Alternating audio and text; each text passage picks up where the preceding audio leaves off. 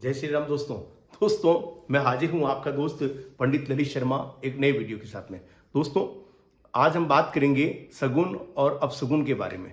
दोस्तों कई ऐसे लोग आते हैं, कई ऐसे मैं देखता हूं कई घरों में मैं इस प्रकार से देखता हूं कि लोग जब बाहर निकलते हैं सगुन देख के निकलते हैं, सगुन देख कर ही जाते हैं, उनके बाद में भी उनके काम खराब हो जाते हैं। दोस्तों ये सगुन और अपशगुन क्या होते हैं, ये बहुत महत्वपूर्ण है।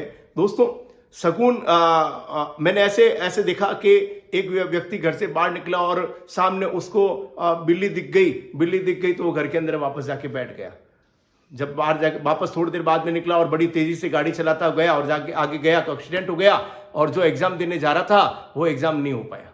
तो क्या हमें ये देखना चाहिए सगुन और अपशगुन?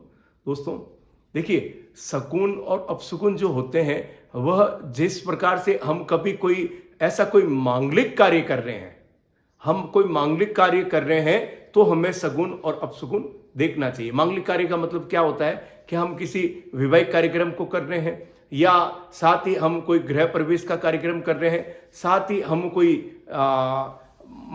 ये कह रहे हैं कि हम लोग कोई ऐसा अनुष्ठान कर रहे हैं जो अनुष्ठान हम कोई सिद्धि के लिए कर रहे हैं तो हमें सगुन देखना चाहिए। वरना छोटे मोटे कार्य के लिए अगर हम घर से बाहर निकलते हैं तो हमें ये सगुन अपशगुन नहीं देखना चाहिए। दोस्तों सगुन और अपशगुन क्या होते हैं? देखिए सगुन जो है जैसे हम जब घर से बाहर निकलते हैं या कोई कार्य को शुरुआत करते हैं तो ये छींक जब आ जाती है। देखिए दोस्तों छींक जो आती है वह एक शारीरिक कारण भी होता है जिसके कारण ही आती है, मगर अगर हम लोग कोई मांगलिक कार्य कर रहे हैं और छींक आ जाए सामने की साइड से तो ये अपशगुन माना जाता है। दोस्तों इसका आप रहे मगर नॉर्मली वे में अगर हम कभी बाहर जा रहे हैं, कोई ऐसा व्यक्ति हमें दिख गया या हम इंतजार करेंगे कि ये व्यक्ति आएगा या ये कोई आएगा तो हम जाएंगे, तो आपका समय निकल जाता है और आप जो काम करना चाहते हैं वो काम नहीं कर पाएंगे। आपके माइंड के अंदर जो है वो अलग ही एक नेगेटिव ऊर्जा का संचार हो जाएगा।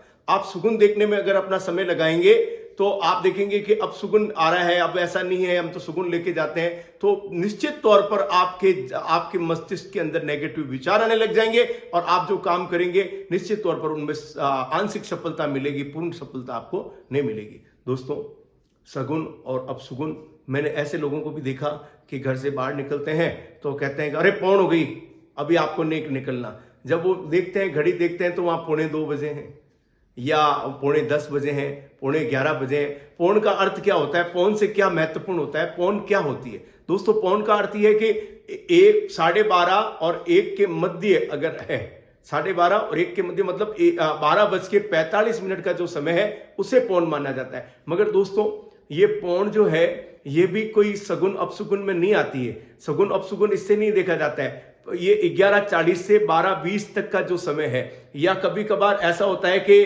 12 से लगाकर 1 तक का समय है, ये अभिजीत मुहूर्त का समय होता है। दोस्तों बुधवार के दिन भी एक दिन छोड़ दें, अभिजीत नहीं आता है, बाकी अभिजीत का समय होता है। इसमें भी अगर आप काम करें तो आपको सफलता मिलेगी। दोस्तों सगुन अपशगुन मैंने बताया आपको मांगलिक कार्यों में देखना है, अन्यथा ना देखें।